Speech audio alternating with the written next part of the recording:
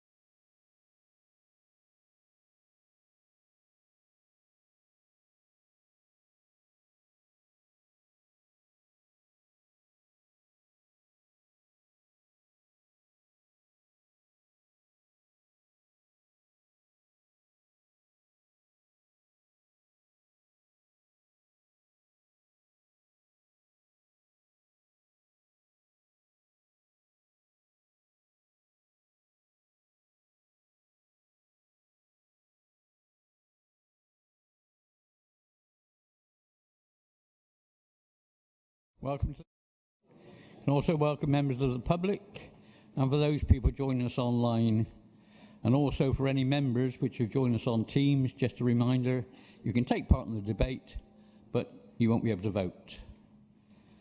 Also, this will be recorded for future broadcast.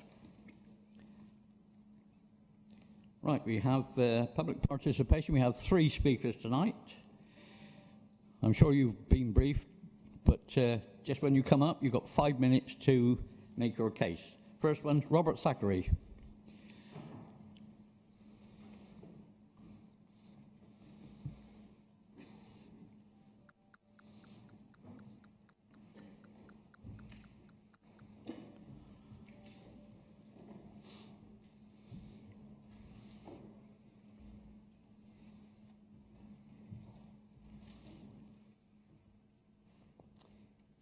Thank you very much, Mr. Chairman. The point that I wish to make here in this presentation concerns overgrown pathways in the borough. Towards the end of October, I was cycling on Somerset Avenue, approaching the Junction 21 roundabout, when a car deliberately swerved at me and the driver swore at me. And the reason that I was cycling on the road was because the shared pathway, which allows pedestrians and cyclists to cross the roundabout, was overgrown with vegetation and impassable.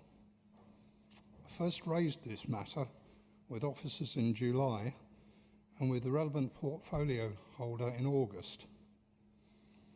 In raising this, I sent a screenshot of a Google Street View image, which was taken in June this year, showing the extent of the overgrowth, which completely covered the carriageway crossing by the traffic lights and the approach to the roundabout. In mid-October, North Somerset Council contractors cut back the road verges from the Bristol Road Summer Lane junction, along Bristol Road, along Somerset Avenue to the roundabout. But what they didn't do is clear the shared pathway, which now has 5 months more growth than in the Street View images. This situation is replicated on off-road shared pathways right across the borough. Overhanging branches and overgrowth often makes pathways impassable for pushchairs and forces pedestrians and cyclists to share a very narrow space. North Somerset Council is proud of its off-road cycle network, and rightly so. But with the creation of this network comes the responsibility and necessity of maintenance. Could members please let me know, and pass this on to officers, when the Junction 21 shared pathway will be cleared and how these shared paths will be maintained in the future? Thank you.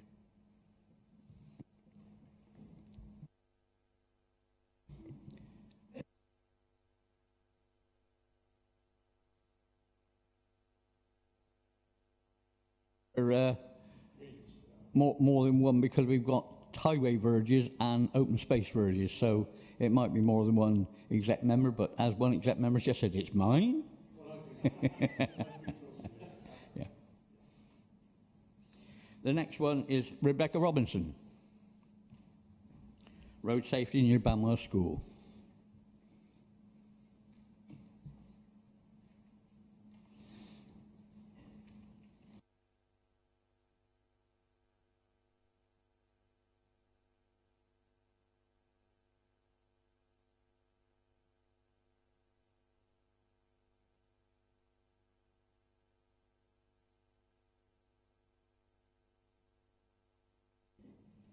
Thank you.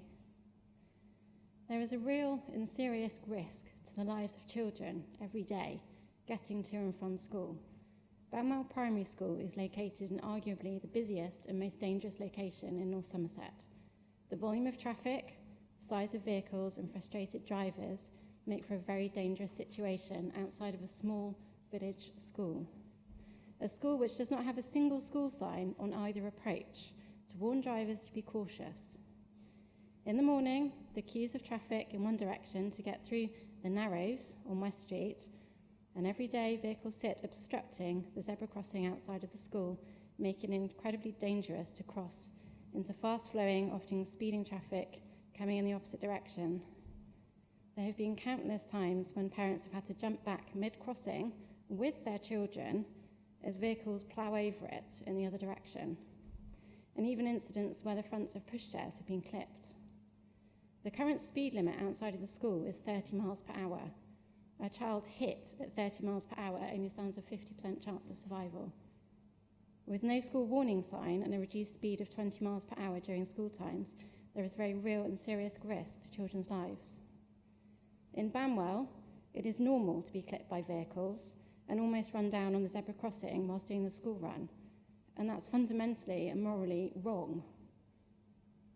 For years, parents have raised concerns and asked for improved safety outside of Banwell School, yet nothing has changed. The council say it is a policing matter, yet the police say it is something for North Somerset Council to implement.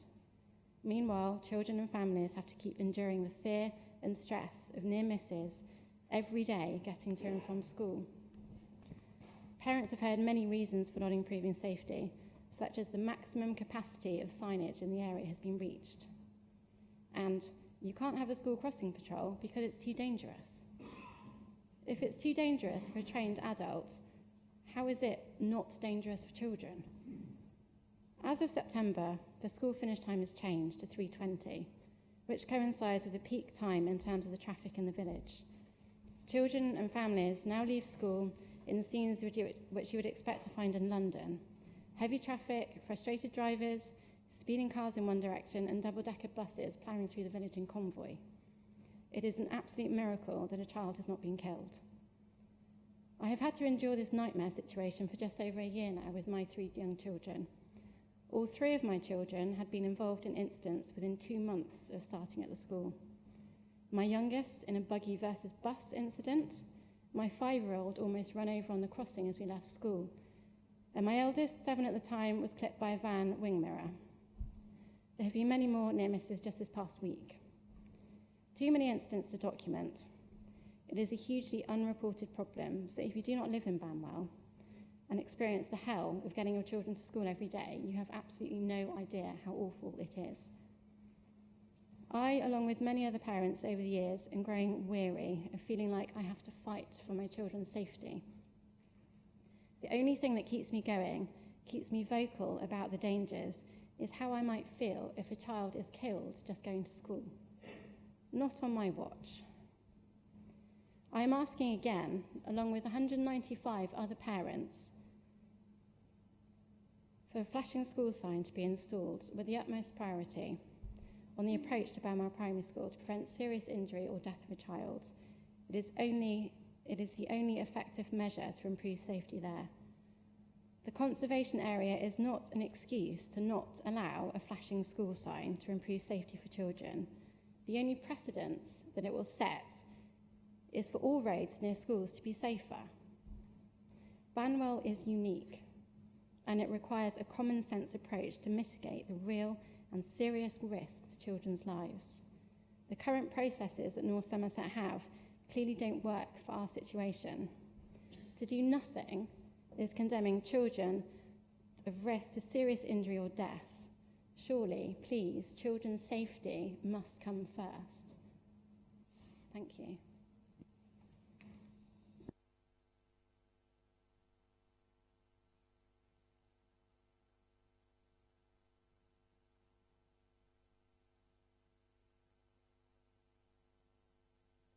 We'll go forward to officers and exec member.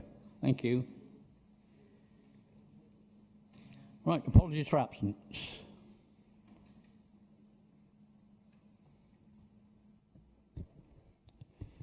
Chairperson, I've received advance apologies from Councillors Griggs and Caritas Charles. Sorry, you've got another speaker, Chair. And Councillor Tom Nicholson.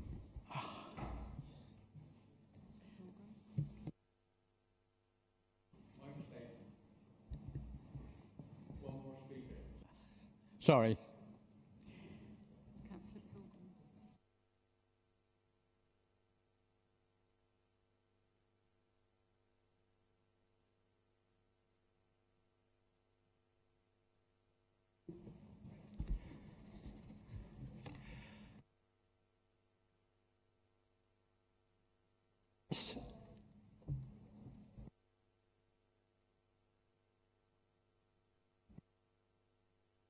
Okay. Good evening. Price, and I volunteer, usually in private rent, in issues with their landlords, those facing eviction or living in poorly maintained properties. I have a good working relationship with North Somerset Council's Building Standards Department, and I've been praised in the past for bringing to them some of the worst examples of disrepair. But I'm reluctant to do so now, as the consequence is often harder on the tenants than on the rogue landlord. Tenants are reluctant to complain because they fear they will face eviction. I'd hoped that this had been resolved by revenge evictions being made illegal, but that only comes into effect if Building Standards issues an improvement or emergency works notice. John, not his real name, is living in appalling conditions and has been since May 2017. His flat is damp, cold and unsafe, as were the other flats in the same property. I brought the property to the attention of Building Standards, and on January 20th they issued an informal complaint agreement to both the landlord and the tenant, outlining repairs and works to be carried out by March the 21st. The tenant also agreed to grant reasonable access. But the date passed and repairs and works were not completed. The landlord blamed lack of access to John's flat, but other areas of the property which had been accessible also were not completed. I accompanied the builder to the flat to ensure access, and we contacted the landlord by video call. At this point, the landlord dropped a bombshell. She would do the work, provided John agreed an increase in rent from £450 a month to £750 a month. This is for a bed sit with a bathroom. John's rent was met by housing benefit. John was left in an awful dilemma: live in the conditions to the detriment of his physical health, or face an almost doubling of his rent, which would not be met, and a life on the streets beckoned. Time passed, and in September the landlord issued a Section 21 notice requiring John to leave the property by November the 30th. Homeless Prevention has a duty to assist anyone receiving a Section 21. In their interview with John, they suggested the eviction could be deemed a revenge eviction, but this would fail as no improvement or emergency works notice has been issued, only an informal agreement. The first step Homeless Prevention usually takes is to convince the landlord to withdraw the eviction notice. The landlord blamed John for the condition of the property, saying he failed to give access, and indicated that they would withdraw the eviction notice if granted access to do the work. Homeless Prevention then wrote to John, warning him that if he failed to give access, he may well be considered as being intentionally homeless. So now he's in a worse position than when he invited the inspection 11 months ago.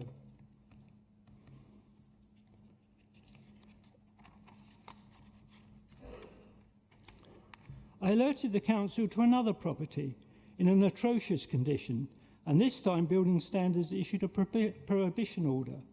All tenants had to leave by May the 23rd, effectively rendering them homeless. Naturally, they were reluctant to do this.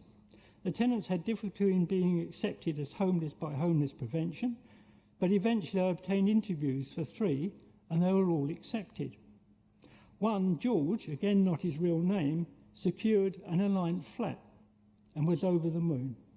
But then things went awry, as his North Somerset Council housing benefit had been stopped, as housing benefit is not allowed to be paid on properties with a prohibition order. We assumed it would restart when he was accepted by his Alliance home. For his Alliance home. But I received a call about a month after he'd signed the tenancy from Alliance saying North Somerset Council had advised George he had no housing benefit claim. It appeared as his former housing benefit had stopped, he would now have to apply for universal credit.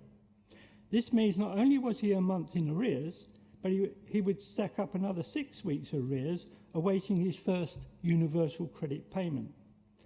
Luckily, Alliance is being accommodating, but if this had been a private landlord, the tenant would certainly have been homeless again immediately.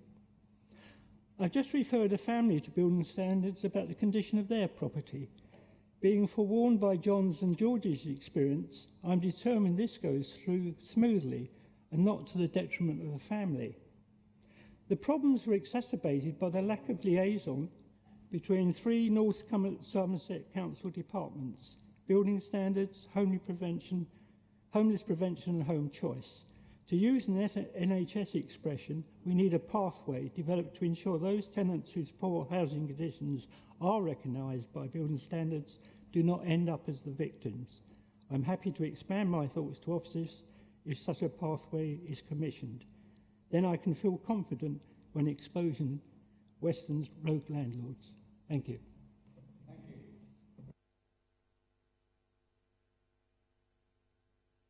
Right, now back to apologies we had come through. So, Councillor Griggs, Charles, Clayton, and I understand Councillors Applin and Williams may be late. And Councillor Williams will not be coming. All right. And Councillor Young may well be late. Oh, she's here. Councillor Nicholson is also not coming. There we go. Yeah. Councillor Nicholson is also not coming. Councillor Parker's going to be late.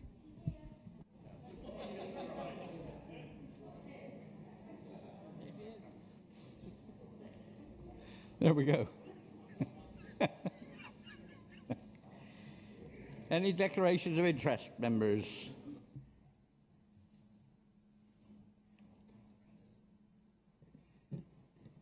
Item 20, Fire Authority report.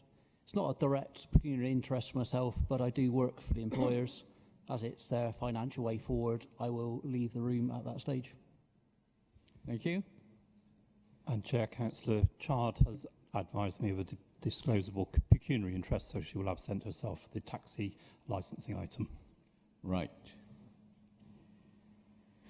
Minutes of last meeting. Can I have a proposer, seconder? Thank you. Seconder? All in favour? Thank you. Next, item 5, Banwell Bypass. Leader. Thank you, Vice Chair. Colleagues, so you'll know that obviously a report came to Council back in July that set out the funding pressures that we were experiencing around the delivery of the Banwell Bypass and the further contributions that were being sought at that point from North Somerset Council and Homes England. After some hard work by the team, those contributions were approved as part of the capital programme. But as part of the agreement that we had with Homes England, we were committed to a 2-stage delivery programme for the scheme with an informal break clause between the 2 stages. And I'm pleased to be presenting the report this evening at that point where we have the break clause, because we have effectively largely complete stage 1 and we're now seeking approval to move on to stage 2 and the construction of the bypass.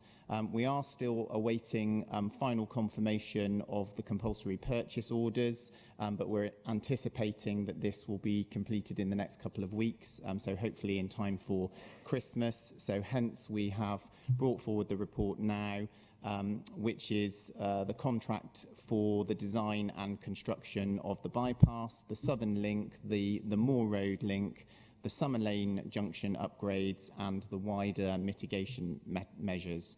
The report spells out that some of the placemaking measures and construction of the Banwell Road junction will come later once this bypass element has been completed through a separate mechanism.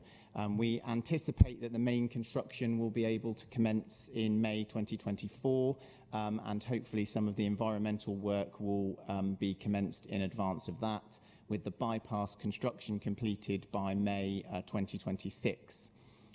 There's a bit of further mitigation work and the Southern Link Road that will be done in parallel to and after this, the bypass, but that will be fully completed by January 2027. The report spells out that it's a target cost contract, so the contractor will be paid the actual costs for the works that are undertaken plus a fee percentage, and then we're using a pain gain mechanism, which effectively means that the contractor will be incentivized to deliver to the actual costs of works and within the target budget. And then will clearly benefit if we're able to mitigate against cost pressures during the course of it, and will also be penalised if there are cost overruns. So this approach is positive because it means that all parties can be encouraged to work collaboratively to contain costs and make sure that we manage any financial risks and that they're shared by both us as client and the contractor. I want to particularly thank the senior project manager, Katie Park, and the officers from various teams for all their hard work and diligence in moving this complex project forward. And I'd also like to thank Councillor Bridger and the Transport, Climate and Communities Policy and Scrutiny Panel for their engagement. I know they've been receiving 6 weekly updates on the project process just to make sure that we've got good scrutiny over key decisions and that there's transparency around the process as we progress the programme. This should be the last report that will come to Council on this project as we look to move forward to the construction phase, and so is a significant milestone in delivering a bypass that has long been hoped for but never achieved. I was in Banwell recently for some of our budget engagement work, and one resident told me at the mobile library that he would be flabbergasted if the bypass was ever built. Well, I'm pleased that if we do support this report, he can prepare for his flabber to be gasted. So not only will the Banwell bypass improve access and connectivity between communities with options for greener travel, but it will also lay key infrastructure for future homes and facilities, which are both vital in meeting the needs of local people and unlocking the benefits of economic growth for the wider region. Paragraph 5 of the summary, which is on the first page of the report, states that we have a deed of variation which has been agreed with Homes England. This has actually not yet been signed, though is also imminent. So in the interests of transparency and just covering our bases, I will seek to slightly amend the second recommendation accordingly just to reflect that. So therefore, I'd like to just formally move the 2 recommendations, which are firstly to award the Stage 2 contract and to approve the necessary agreements in order to commence construction in 2024, and with the addition at the end of point 2 to read subject to the deed of variation being finalised and signed, and hope for a seconder. Any debate? Councillor Bridger. Thank you, Chairman. Thank you, Leader. Yeah, just wanted to say a few things about this project, having been quite close to it myself. I think there have been definitely times where this sort of go, no-go gateway decision day was by no means certain to come. I think it is worth noting that, you know, some other authorities have exited from their HIF agreements after, you know, exhausting avenues to close their funding gaps. I think Leicestershire and Wiltshire, and there have been other authorities too where the government have pulled funding. Lancashire and Medway councils, naming 2 of those authorities. We've been ahead of the pack, so as Mike said, you know, I also, you know, can't praise our sort of council bypass team highly enough for navigating us to this point. I think it's important to recognise that projects like this need political leadership and broad support from across the chamber, and this project has had that in spades. It's spanned now 3 administrations, 4 different executive leads. I've got a lot of respect, big respect for the local ward members in particular, those from the previous administration, the current ward members, Councillor Keating in particular, Councillors Havison and Harley from the last administration. They've all had to, balance the competing sort of needs and different views of their residents through this process, which wouldn't been easy. It's a really good scheme. It's not a perfect scheme, of course, but I think the public need to know that they absolutely have influenced and helped to shape this scheme through this process. I think we can generally say that. The bypass will not be dualled. It will have a 40-mile-an-hour limit. There are mitigations and improvements which absolutely could not have been afforded if they hadn't been enabled or will not be enabled through this scheme. So I think I hope Council gives the go-ahead tonight. Banwell bypass has been proposed since 1927. So let's get it done and give the residents of Banwell their village back. Thank you. Right, no other debate. All in favour? Unanimous again, like last time? Yes? Thank you very much. Next one, the Youth Justice Committee report. Councillor Gibbons. Thank you. Yes, this is the Youth Justice Plan that you've had in your papers, and I hope that you've all read really carefully, because it's an incredibly important document and it's an important obligation that we have as a council. I will be brief. People always say this, but I genuinely will be brief in this occasion, because we have with us this evening the author of the report and the person who has driven all the work in this area since 1999, I believe, and that's Mike Rees, who is here. I just want to thank him for all his work on this plan and all the years of work he's put in this area in North Somerset, because he is due to retire. And this will be the last time he presents a plan for us, although he will be with us until, I believe, March, so easing the handover. I don't think it's, can escape anybody's notice that issues of youth crime and antisocial behaviour are often in the press, and it gives an impression that all our young people are somehow, out of control. This is not the case. You will read in this report that actually it's a very small number of the 19,000 young people in this area that ever come to the attention of the Youth Offending Service. But that service does aim always to treat these people, young people, as vulnerable in themselves, as they so often are, and use an approach that is aimed at steering them away from the wrong path, making sure that we use the appropriate interventions. However, we accept that there are a core group of young people that do reoffend. Having said that, the purpose of the Youth Justice Plan is to prevent offending in the first place, to prevent reoffending, and to ensure that, above all, the public are safe. It's about public protection.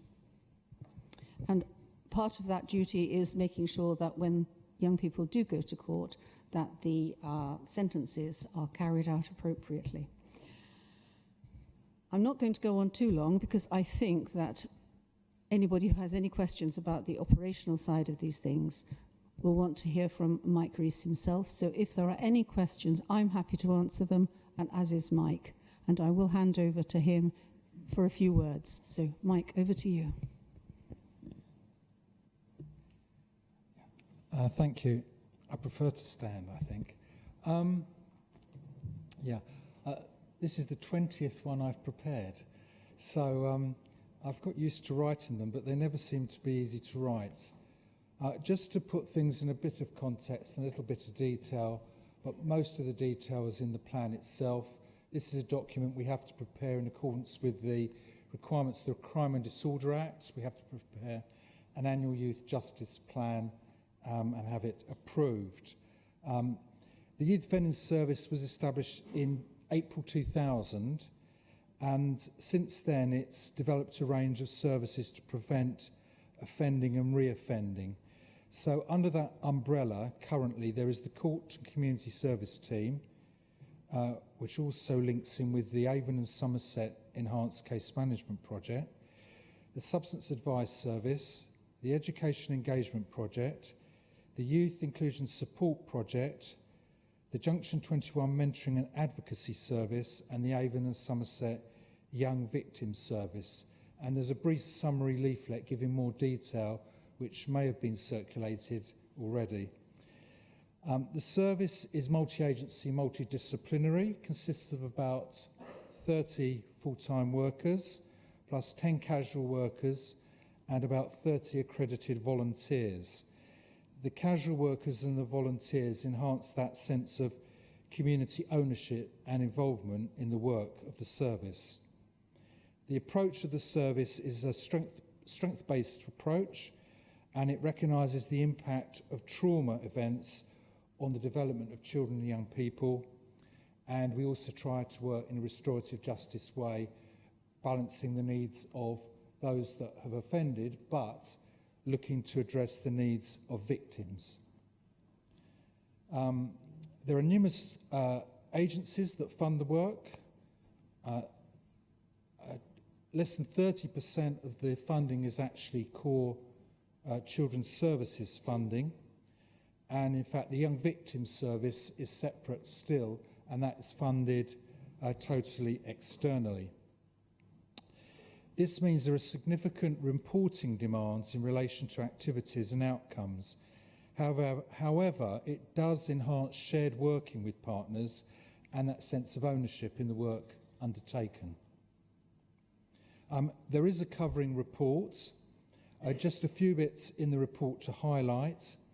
So, as I've said, in effect, the service focuses on public protection, that's the risk of harm to others and the prevention of offending, the welfare of children and families within a safeguarding context, and ensuring that court sentences and out-of-court programmes are delivered effectively. The plan itself details resources, governance, organisational structures, statistics and local indicators. The service continues to report strongly against national and local indicators, for example in terms of the use of custody or the low use of custody, and effective emotional and mental health interventions.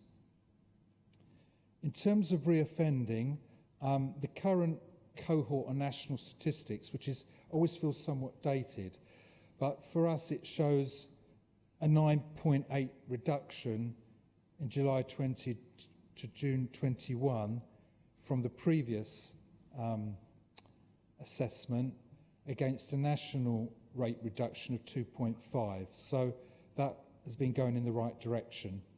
And the cohort that are being measured has become, shall we say, a more difficult cohort as we've diverted more out of the system. In 22-23, we developed 982 programmes and 176 reports. And the Avon and Somerset Young Victims Service delivered 1,055 programmes across the area.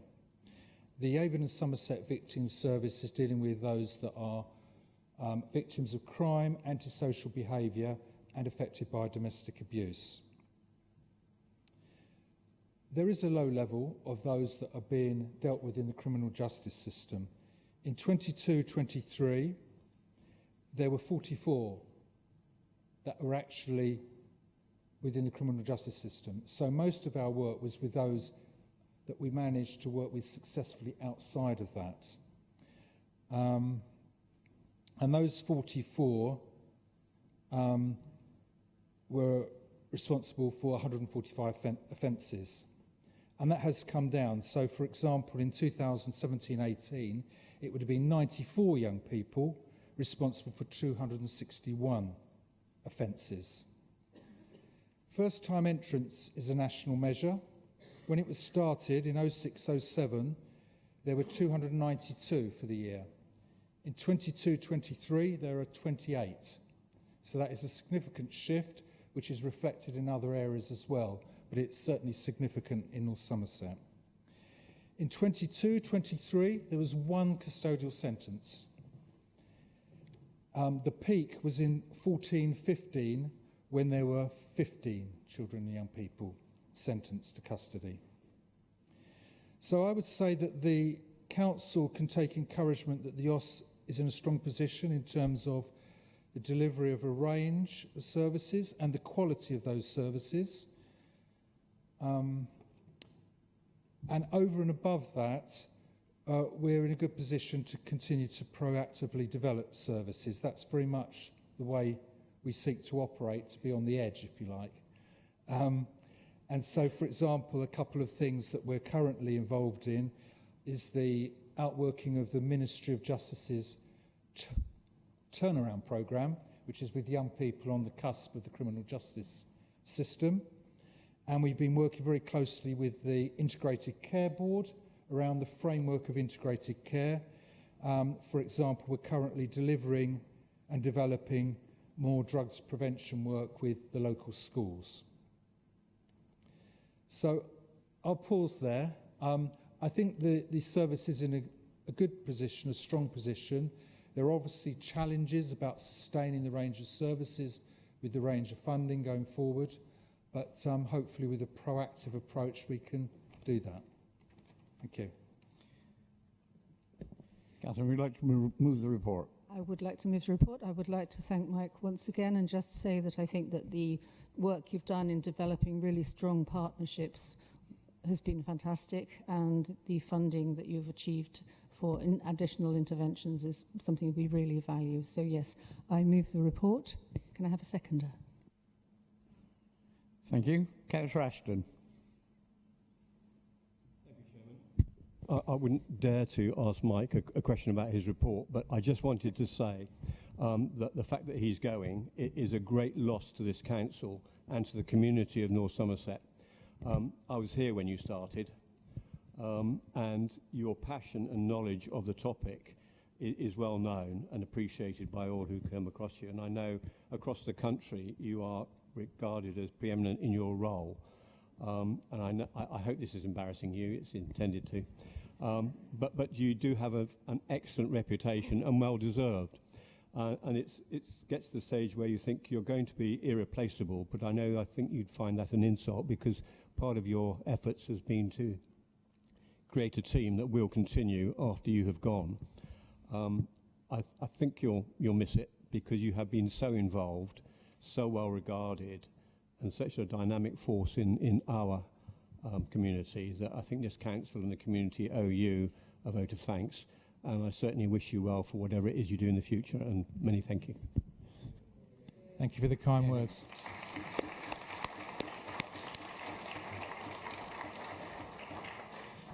Report has been moved and seconded. All in favour? Thank you very much. Sorry, Chairman, there was a question from over there.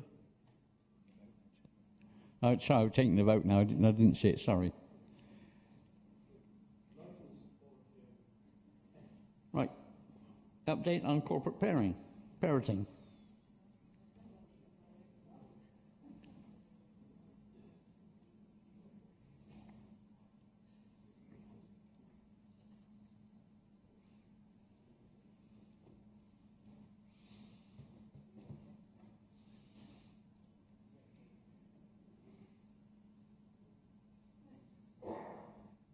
Thank you. Yes. As always, I'm here to remind you that the role you play, as we play as a council, and you play as councillors in looking after children, is one of the most important things we do. And a good corporate parent should have exactly the same wishes, aspirations and hopes for a child in care or a care leaver as you would for your own child. At the moment, I'll give you a few facts and figures, and I can send these out afterwards for anyone who's interested. But I will say that the basis of this report will be coming to the corporate parenting panel on the 21st of November. And as always, all councillors are welcome to attend. Just let us know, because if you all want to come, we might need a larger room. So the number of children in care at the moment is 229, which is a slight increase from the same time last year. It's around the national average. It's not especially that much higher, but children from an ethnic diverse groups are overrepresented, and that's even when we take out the 11% that are unaccompanied asylum seeker children. And the main reason they come into care, it tends to be abuse or neglect, sadly. The numbers of unaccompanied asylum seeker children rose, and we have a peak of around 31 at the moment.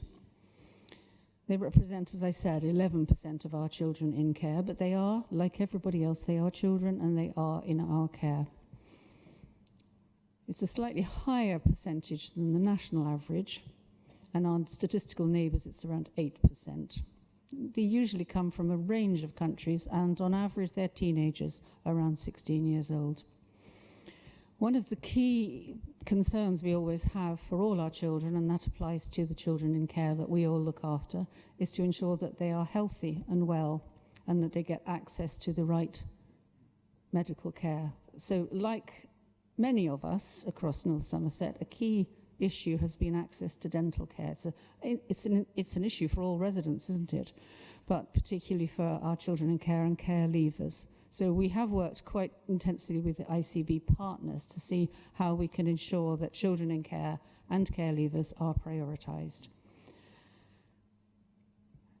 Equally, in education, employment and training, under 60% of our young people are in employment, training or education. We've managed to get a special EET coach.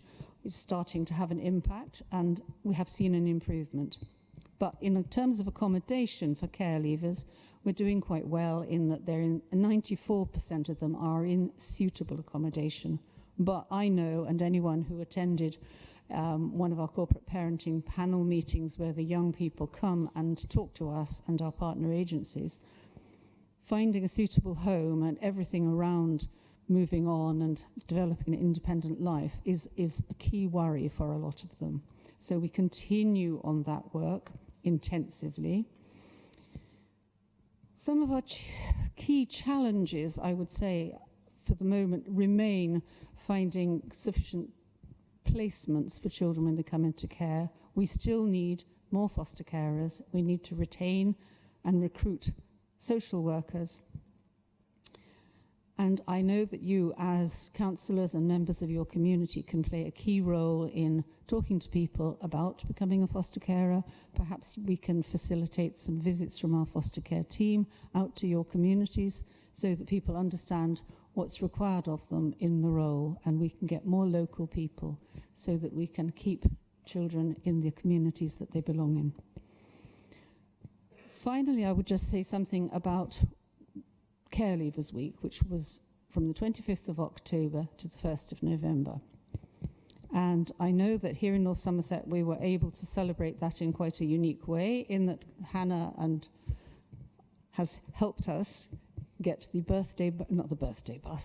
that's something different, sorry. The free bus travel for our care leavers aged 18 to 21, and we had a very successful launch of that. I'm just sorry that our young director, Beth Swan, couldn't be here this evening, because she'd have been able to relay to you all the comments that young people made about what a difference having free bus travel across the West of England Combined Authority area and North Somerset is going to make to them. One person said to me, "Oh wow, I didn't realise I could go into Bristol. I didn't realise I could go to Bath on the bus for free." So it's made a huge difference in that people can go and see their friends and travel to and fro without that additional cost.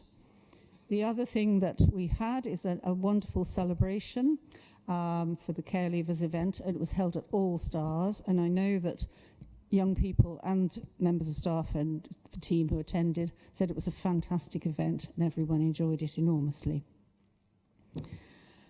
Finally, we will be launching again the Bright Spots survey, which will bring the results to this council when it's completed, and we hope that we will get a good response to that from our young people and get a proper snapshot of how they're feeling about their life.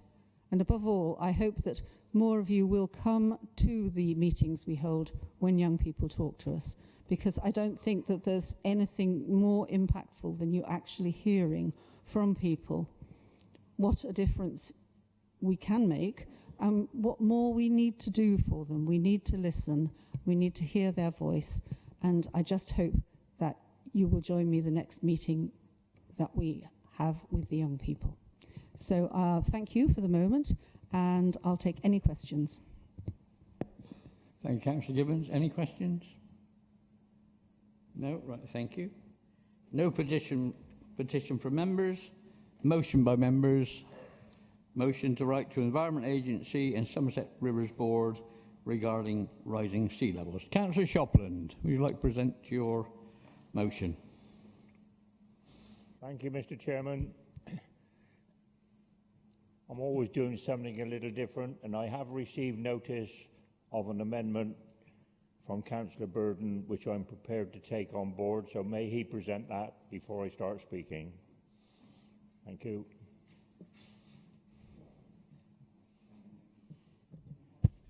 Can we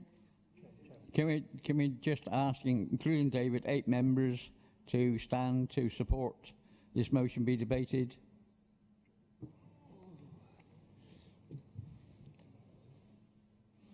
Yep, I think that's okay. Nice to have friends, Mr. Chairman. Right, Councillor Burden. Thank you, Chairman. Thank you, Councillor Shopland.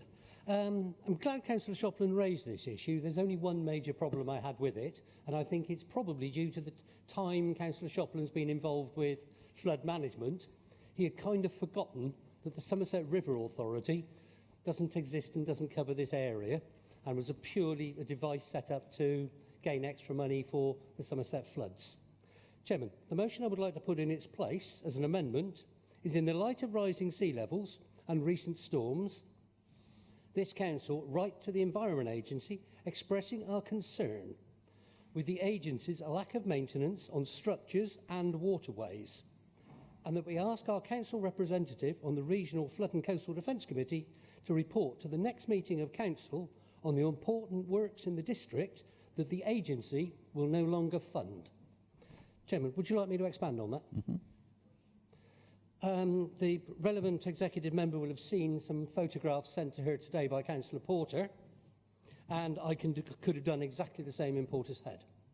There is the main river in Portishead going through Brampton Court, which used to be in danger of people falling in it because the banks were so well kept by the Environment Agency, and I raised complaints about that because I do believe there should be some environmental management with waterways. The trouble now is, Chairman, I think I could very nearly walk across it because so much growth has come into the Rhine. And whichever way you look at it, that watercourse drains the Gordano Valley and at times is tide-locked by the channel, so there is nowhere for the water to go. Chairman, I think it is appalling that the Environment Agency do not carry out their routine maintenance. This council spends an awful lot of money with a levy to the Environment Agency, so do the drainage boards. When you walk around this district, you can see farmers manage the waterways fairly well, the drainage board manage the waterways fairly well, the blockage is the Environment Agency. And when you talk about structures like the sea defences, I think the same applies. When I was on the Regional Flood Defence Committee, Chairman, which I served on for over 12 years, it always seemed to be very easy for an officer to present a grandiose new scheme for some flood alleviation, some great structure. We got the Western Sea defences out of it. But what seemed to fall out the hole every single time was the routine maintenance. And it is absolutely madness, Chairman, that we have an organisation that doesn't do the very basics, like look after its watercourses and look after its structures. Some things, I agree, in the past were done to a too high a level, but when a watercourse is there, water should be able to flow through it freely, and it doesn't at the moment. Thank you. Councillor Shopland. Mr. Chairman, I take on board what Councillor Burden has said, but in the end, it is the sea defences that control the drainage of this district. And it's possible that I shall be accused of scaremongering. But all I'm trying to do is to bring before this council a grave problem as I see it. We are told that sea levels are rising, and possibly up to 10 feet. within 50 years. But the Thames Valley Water Board think that it will happen before then, and they are bringing forward the Thames Barrage Scheme to protect London by 15 years. At the west end of Clevedon, at the present time, the height of the sea at high tide is roughly 2 feet below that level of the top of the wall. And that means that if you are standing in a house in the Tynings, an estate underneath the wall, that is at eye level with you where you stand in the bedroom. Because I know people who've refused to buy houses there because they could see the sea breaking on the top. The land below the seawall this side is 15 feet below it. Before the seawall was constructed, and that was probably around 1600, but that no one seems quite sure, the sea reached West End Nailsea. If you go to Nailsea, you will find an area called Nailsea Sea Wall, which testifies to that. Ken was an island between Clevedon and Yatton, and you travelled by boat to Clevedon from Ken, and from Ken to Yatton by boat. Now, the seawall is broken several times, and if you go to Kingston Seymour Church, you will see that the mark in the church is around 8 feet level of seawater when the main banks broke. But since that time, in the early 1900s, the seawall broke at Clevedon, and my father was alive and told me there was 5 feet of water in Strode Road. And there would have been a foot of water where the council house stands in Clevedon now in Old Street. Now, can you imagine 10 feet of water above those levels? That is frightening, Mr. Chairman, to me anyway. But that's history. And to a point, it's not important. It's just an example. But what is the future? I don't have all the benchmarks throughout the district to get the land levels, so I'm making an assumption. But if we had 10 feet of seawater higher than it is at present, and the wall broke, the tide would reach Nailsea again. And it is highly probable it would lead to Flaxbourton, because there is low land each side of Nailsea.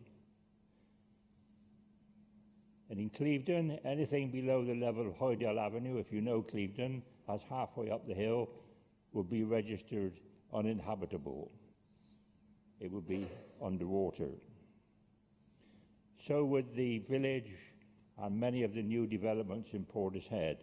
In actual fact, at high tide, Portishead and Clevedon would be cut off from the mainland, as would Weston-super-Mare, because all that would be left in Weston-super-Mare is what is on Woolbury Hill. The rest would be gone.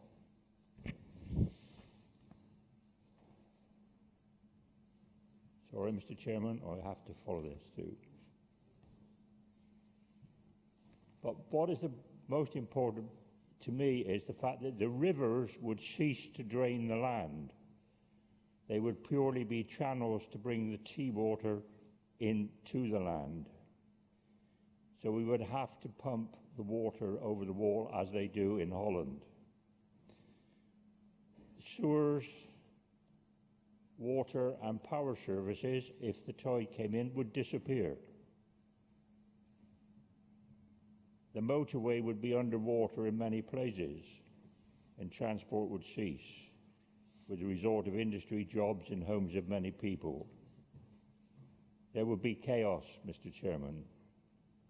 But there is a solution, and that is to make it this Council's priority to ensure that the necessary authorities quickly strengthen the sea defences so that it will not happen to North Somerset. Raising a point that Councillor Burden has brought, yes, we have subsidised the river boards for many years. We have appointed members to the river boards for many years. But in 40 years on this council, I do not remember a report from those members, an official report to this council. And I would suggest that in future there be on the agenda for each council meeting a report from those members. It is an important subject. It affects the future of the district in the long term. Perhaps it's the major thing that affects the district. Mr. Chairman, I will sum up. Rising sea levels are a fact. They're not a supposition, they're a fact. Scientists say that the Earth itself is warming up from within. I heard on the wireless the other night that the Antarctica is melting from underneath, not from the top. We haven't heard that before. That's rather frightening. And we are not the only part of the British Isles that's facing that problem. I suspect a third of these islands are affected by that problem.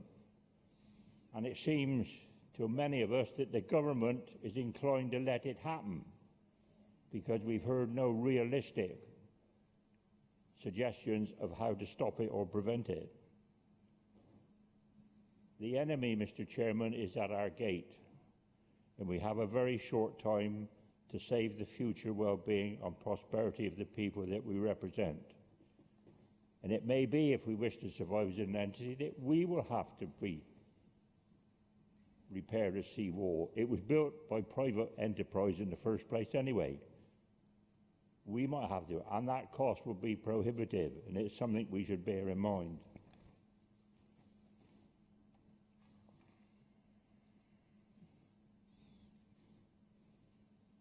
But, Mr. Chairman, I would just say this, it's not all gloom and doom. There is one bright light on the horizon, and that is that the Shopland family have a seaworthy wartime landing craft for hire if things get really desperate. All right, I can't resist that plug, but we're there if you need us. But to be serious, Mr. Chairman, all I'm asking this council to do is to implement Councillor Burden's amendment and to add just these few words to it, that we set up a small cross-party working party to investigate what can be done to save North Somerset from the sea. Thank you, Mr. Chairman. Are you moving that formally, Councillor Shopland? Sorry? Are you moving that formally? If formally be the word, I will use the word formally. Yes, Mr. Chairman. I mean what I say. Councillor Burden seconded. Any debate? Shall I just jump in, or are you going to call speakers? No, I'm not sure. You signalled. Sure. That's fine. I just want some clarity about what we're actually debating, because we've got one motion on the table in Councillor Shopland's name. We've then got an amendment which seems to delete the motion completely and replace it with a completely different set of words. And then Councillor Shopland wants to amend the amendment to his own motion in the first place to add something else again. So I just want to be clear. I'm perfectly happy with the thrust of the proposals and the debate. I just want to be clear what we are talking about, because it's not very helpful, is it, for anybody to propose writing to organisations that don't exist or don't have any responsibility for the things that you actually want to focus on, and then to have an amendment and an original proposition that actually argue for slightly different things. So if we could just have a little bit of clarity from that end of the room, that would be really helpful, and then we can all move on. Chairman, Councillor the solicitor, I believe, has a copy of the resolution that I wanted amended. I'll read it if you like, but do you want me to read it, or do we leave it? Yeah, it'll be easier. Yes. I'll read it. Okay.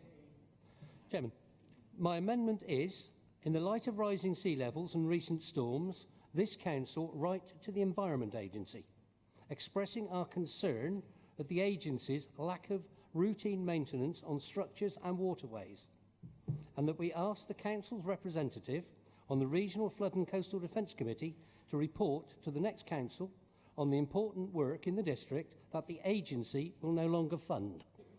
I believe Councillor Shopland also wants to set up a group to discuss this in the future. Are we clear? Councillor Petty. Can I ask, do we vote on whether we agree to that amendment? Is that the next step? Could the legal team... No, it's incorporated. It's just one. Could we be informed by Nick Brain whether we now need to vote on that amendment, given that we'd all read that?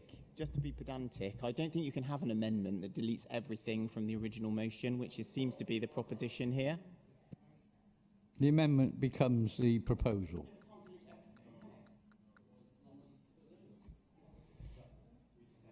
I'm afraid it can these days, because we took out that part of the Constitution that said it couldn't alter it to a total negative. So the wording is now it can delete words and replace words, and it doesn't put a restriction on them. I think what you are debating, members, is the Councillor Burden amendment, which was moved actually as the proposition, and now with the amendment of adding and set up a small working group to discuss matters further.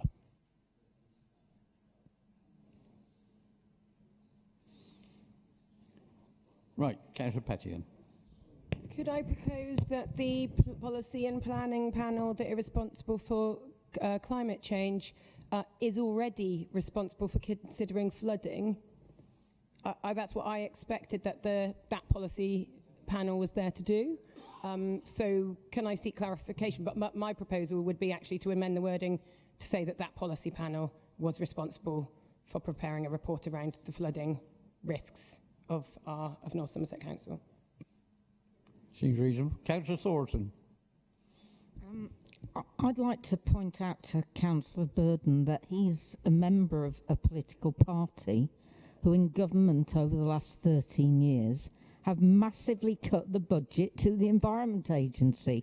So when he proposes a motion to write to them to ask why they're not maintaining rivers, seawalls, etc., well, that's the reason. So I'm going to vote against this motion. Unless we amend it to include in it, we should write to the new Environment Secretary requesting that funding to the Environment Agency is reinstated. Councillor Young. I find myself in the rare position of agreeing with Councillor Shopland and Councillor Burden, but I completely take the points made by Councillor Thornton, and I'd happily second that if it was a formal proposal for an amendment.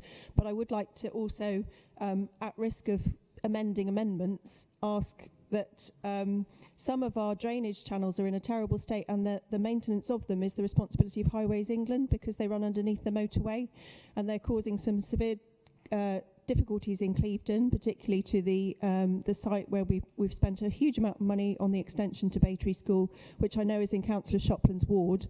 So I think if we are in the business of writing to agencies that are responsible for maintenance, it would be an excellent time to also include Highways England in that. And if Councillor Thornton's proposition... It is an amendment, Hannah. Yeah, I'd like it to be a formal amendment, please. Thank you. I would also extend that to saying that we would need to address the cuts in funding that have also been suffered to Highways England in order that they can continue that work. You do like to confuse things, don't you? You see, in normal world, you would get the Environment Agency would come back saying, sorry, we can't do this because we don't have the money to do it because the government's not supplying it, or it's Highways England. But we're now trying to do their job for them. Proposition was we write to the Environment Agency and that we refer it on to, as Councillor Pettis pointed out, an existing committee in how to look at it. Now that seems to me straightforward. If we complicate it by saying we'll end up writing to everybody in the world. Does that make sense?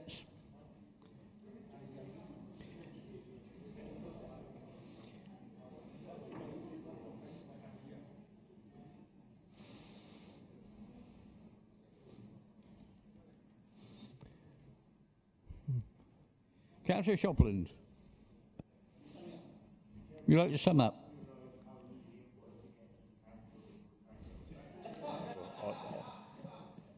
Mr. Chairman, I brought this because the seawall is an essential part of our future. How you decide to tackle it doesn't matter, but it is something that cannot be put on the back burner. This is why I have suggested a working party to deal with it. It can be subject to whatever committee you like, if we've still got committees. it doesn't matter, as long as there is a body specifically dealing with this problem, because this problem is being ignored at the moment. Yes, a lot of words are being said, but nobody's doing anything about it. And we haven't got the time to waste, Mr. Chairman. So can I suggest it's a question writing to the Environment Agency and referring it to the appropriate committee? How's that? Okay? All in favour? Yeah. Sorry, Can we Councillor have the Waite. exact wording of the motion, please? Can we have the exact wording of the motion that we are now voting on? Because I did propose an amendment that when we write to the Environment Agency, we actually ask for the reinstatement of the funding that's been lost. And Councillor Young has added to that she would like us to do the same with Highways England. Chairman, can I question that? Yeah, I do not believe the Environment Agency funding on flood defence has been cut. Hang on. It is a political point being raised. Just a minute. Factually incorrect. I thought we got to the point where there's no point in writing to all and sundry. It's down to the Environment Agency. If the Environment Agency tell us they don't have the funding, then that's a different matter. But this was a question of writing to the Environment Agency, and as Councillor Pettis pointed out, we refer it to an existing committee to look at it. That's as I understood it. Everybody's nodding. All in favour? Any against? Thank you. That's carried. I'm sorry. Annemieke Waite had put her hand up to say she wanted to be part of the discussion. I'm sorry. Why have you moved to a vote when we are still waiting for people to speak? Because I missed that, and we've already decided. And I saw the chief executive of the council inform you that there was somebody Councillor waiting. Petty, I'm in charge. So it might be, but I'm still in charge. Question time.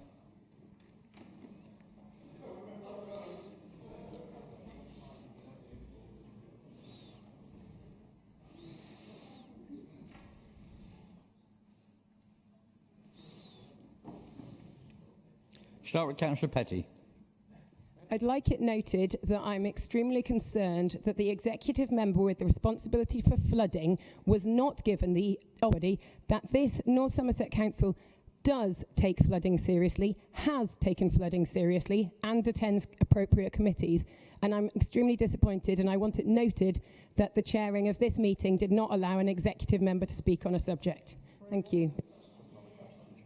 And the question is, does the executive member for flooding have any comment about the previous item?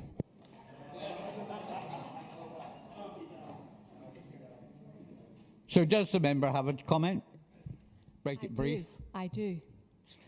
So at the very beginning of this meeting, or actually earlier yesterday, we had a draft motion that has now been amended. But I had prepared an answer to that, which I thought would be useful for all councillors to know. So if it's all right with everyone, I would like to read my prepared statement.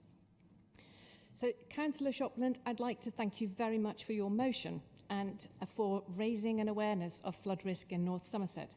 This is a genuine issue of concern for us, as we have both low-lying land and a coastline that requires extensive sea defences to protect our neighbourhoods. Rising sea levels are a known future risk due to the climate emergency, and we expect this to start being an issue for North Somerset from 2040 onwards. To mitigate the effects of rising sea levels, we work closely with the Environment Agency in a number of ways. For instance, councillors will be aware that we recently approved and published our local flood risk management strategy. This sets out how we propose to manage flood risk across North Somerset and includes the risk of coastal flooding. The objectives and actions in our strategy were adapted directly from the Environment Agency's Flood and Coastal Erosion Risk Management Strategy for England. Planning for how to address the risk of coastal flooding is described in Part G of our local flood risk management strategy. This section identifies future studies and works required to reduce the risk of flooding from the sea. It also explains how the Environment Agency is part of a partnership that creates shoreline management plans which considers sea level rises and coastal erosion. North Somerset Council is also a member of the Wessex Regional Flood and Coastal Committee, which is led by the Environment Agency. Prior to taking on my role on the committee, Councillor Petty was our representative, speaking up for North Somerset and for our specific risks and needs. This committee plays an important role in helping protect communities from flooding and coastal erosion by helping the Environment Agency and other partners to understand local issues better and to balance local and national priorities. I am pleased to say that in January we will be the host of the next committee meeting here in Weston-super-Mare, where we will showcase local issues to gain wider support for our sea defence projects. The Environment Agency also manages some of our sea defences, such as the area between Sandpoint and Clevedon. Others, like the defences at Clevedon, Weston-super-Mare and parts of Portishead, are managed by us. Now, as a council, we have a programme of proactive management of our sea defences. This year, we will spend £200,000 in Clevedon and £250,000 in Weston-super-Mare. More works at both locations are planned over the next few years to ensure that our Victorian sea defence walls are strong enough to deal with the tides and storms. Finally, we are running a pilot project in Uphill to protect our sand dunes. This project was started in June and is due to be reviewed next year once or if the vegetation has had a chance to grow. And if councillors have not yet seen this project, I can heartily recommend an autumn walk around Uphill Beach. I would like to thank Councillor Shopland again for highlighting the risk of sea level rises. This, together with increased periods of heavy rainfall, as we've experienced in the last weeks, are all impacts of a changing climate. In months and years ahead, as councillors, we will have to take many decisions to mitigate the effects of climate change, and many of these decisions will be based on our close working relationship with the Environment Agency on the issues of flood risk. Now, obviously, I hope that this is reassuring councillors. I'm not saying that everything is perfect, and there is obviously more to do, and Councillor Burden has raised a number of issues that obviously do need to be addressed. I will be happy to make a written copy of this statement available to Councillor Shopland if he would like that, and I'm happy to take any follow-up questions at a later date. Thank you. Councillor Keating. Thank you. A question for Councillor Young, please. Residents in the southern part of the district have obviously been experiencing some difficulties getting into Bristol with the quite significant works on the A38. That situation is further exacerbated by concurrent works on the A370 and works on Brockley-Combe. So I've been asked with residents how we've reached a situation in which there are two significant pieces of work on the main arteries from Bristol to the south of the district and vice versa, and how can we make sure in future that the planning of such major works avoids essentially blocking the south from the north. Thank you. Thank you, Councillor Keating. I appreciate the opportunity to comment on this, and I also appreciate that it has caused a number of people a great deal of difficulty in that area. In essence, the two pieces of work are obviously two separate pieces of work. The A370 is related to the bus service improvement plan proposals, but in addition to that, our works include some routine maintenance slightly north of the Brockley and Brockley-Combe crossroads. The works on the A38 and downside is the National Grid. The National Grid works were intended to take place earlier in the year. I'm sure if you think that the difficulties that there are now, you would not have wanted those in the summer months when people were trying to get to the airport. So we have delayed as far as we possibly can to enable a more significant situation not to take place. I appreciate there are still difficulties now, but as I say, it was the lesser of two evils. We have been working very closely with National Grid around these issues and with members who have been, certainly whose residents have been particularly affected. And if I could just take the opportunity to let people know, the National Grid works are extremely urgent. They are relay and cable, which is a key cable, which has been there for 70 years and has been a source of regular power outages in the area, affecting local residents. So it really is critical work. One of the advantages of combining the works was that in order to facilitate the bus service improvement plan works on the Brockley Junction and the closure of Brockley-Combe Road for tree works to improve that area, that enabled National Grid to do works on downside, which otherwise would have necessitated 2 different road closures. So far from being an incident of poor planning, I think there was a great deal of planning. It doesn't always go absolutely according to plan, and a number of changes have been made since the works were in place to try to increase traffic flow. The network manager has been talking on a daily basis to National Grid to try to, and indeed succeeding in getting additional resources in to manage the traffic lights on a manual basis so that flow could be adjusted, and also to bring forward the end date for those works. But as those works continue, because you never quite know what you're going to find when you dig up the road, we can't be absolutely certain at what point those will finish and whether they will be brought forward from the 8-week timetable. Incidentally, we're also trying to do the same in the Brockley area to reduce that from the advertised timescale of February 2024, and hope with additional measures and additional resource those will be brought forward as well. So my apologies to those who have been affected.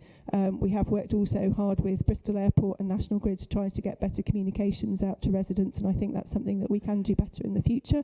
And certainly I will pick that up with future works. But lastly, I would warn people that looking at the future of the next few years, there does appear to be a huge amount of work planned on our network. A government that's clearly very committed to roads is beginning to invest in roads after a long period of not investing, and what that means is we will see a lot of disruption, not necessarily our own disruption, but that from utilities, from other works, major schemes and so on.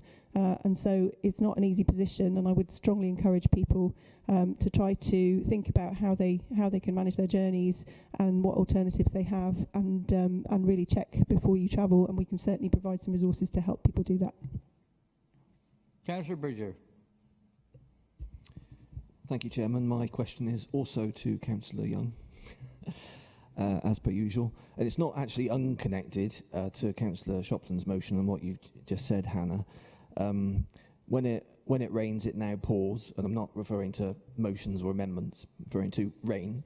The Met Office research shows the increasing frequency of extreme rain, and parts of our highway network simply cannot cope. I mean, I think we're all seeing this, and I think it's actually reaching a critical point. So recognising the challenges facing the council with extreme weather conditions now more common, how much funding has the council received in the current financial year from the Department for Transport for road maintenance? How does this compare with previous years, and does this reflect what the council needs to meet the scale of the challenge? And I should add, quite apart from the fact that as a council we could only now afford one gully emptier, so we can't actually keep up with clearing the drains either. So I think we need to be honest with residents that we actually need their help clearing the leaves in front of their properties. Thank you. Thank you, Councillor Bridger. This is quite a complicated answer because it asks about figures, and so I'm going to suggest that I follow it up with a written submission. But to give some indication, you may well be aware already that the DFT spending review allocated a fixed annual budget between 2022 and 2025 to invest in highways maintenance. Tackling potholes, which is part of what you're talking about, but not all, of course, includes temporary measures to fill potholes, medium-term measures such as surface dressing, and long-term measures such as resurfacing.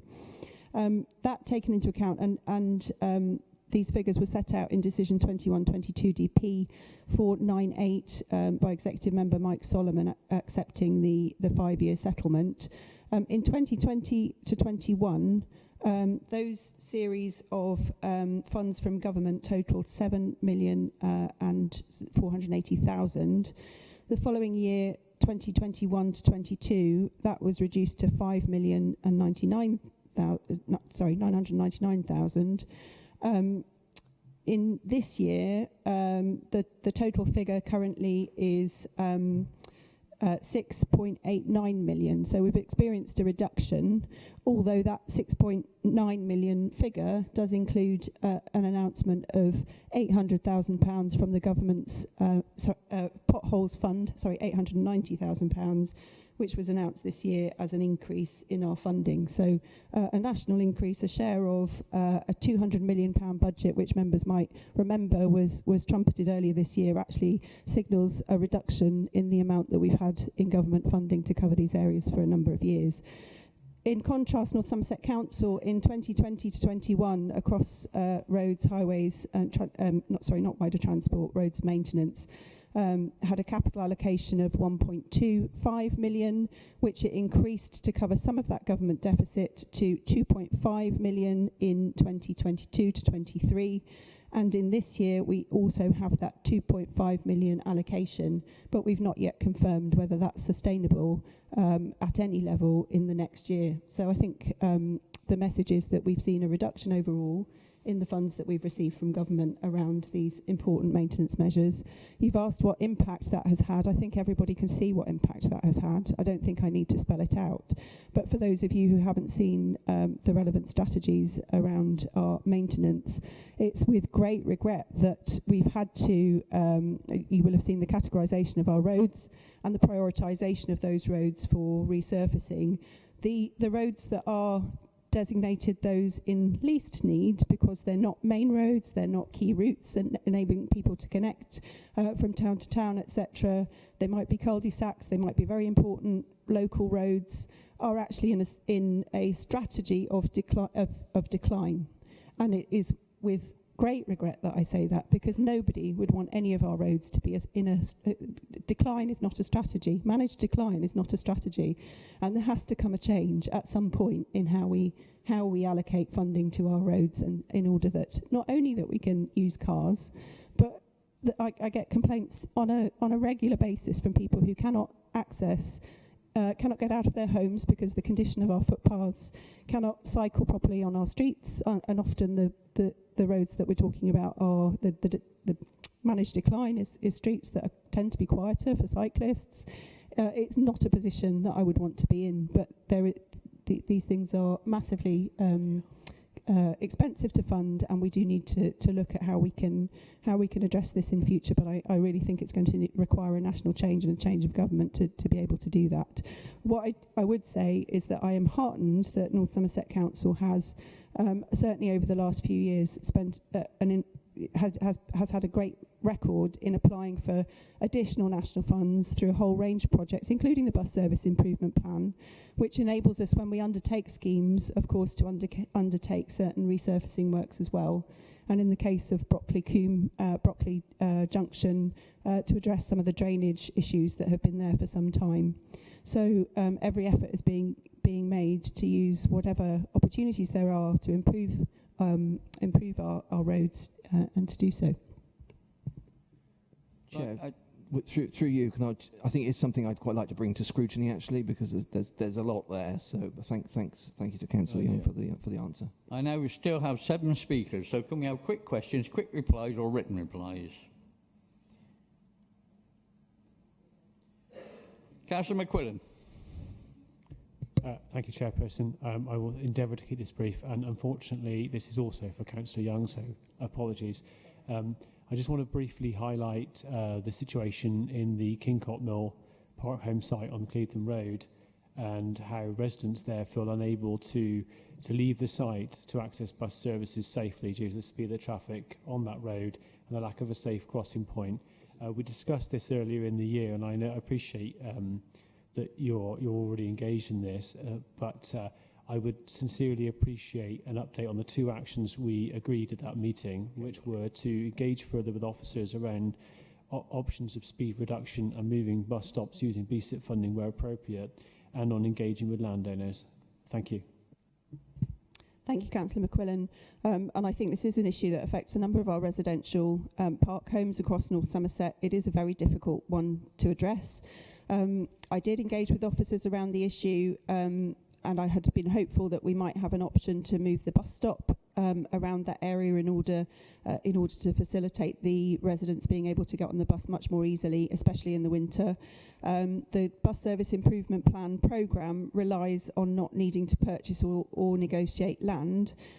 So we believe it's not possible at this stage for it to be part of the bus service improvement plan programme. I have asked whether it's possible to address this outside the programme.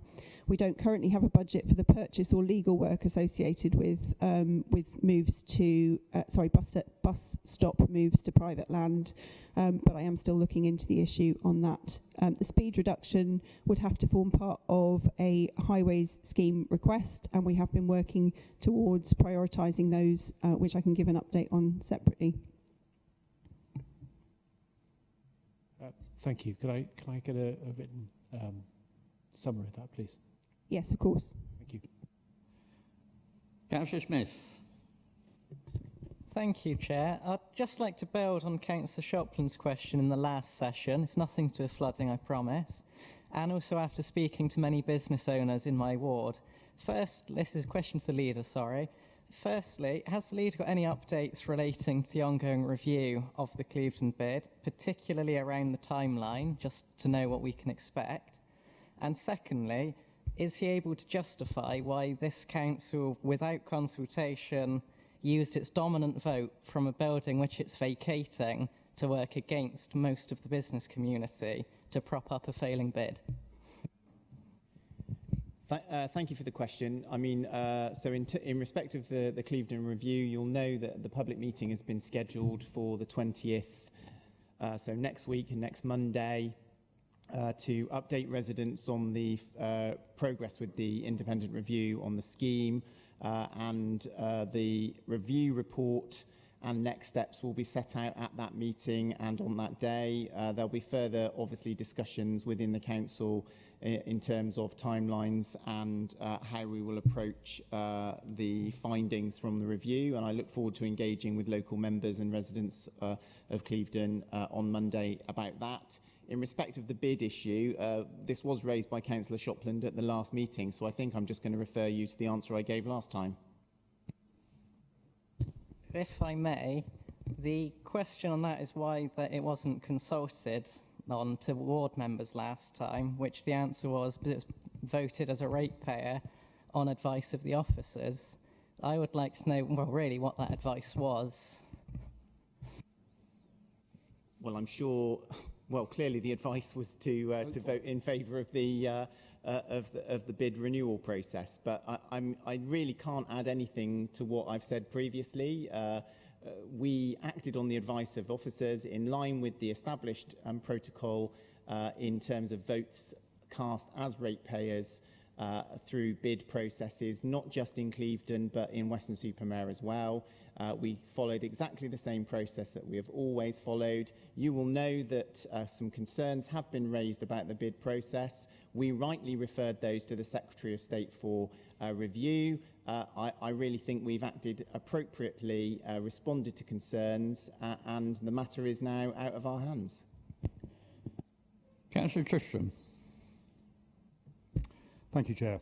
This is yet another question for Councillor Young, but this time also Councillor Canniford.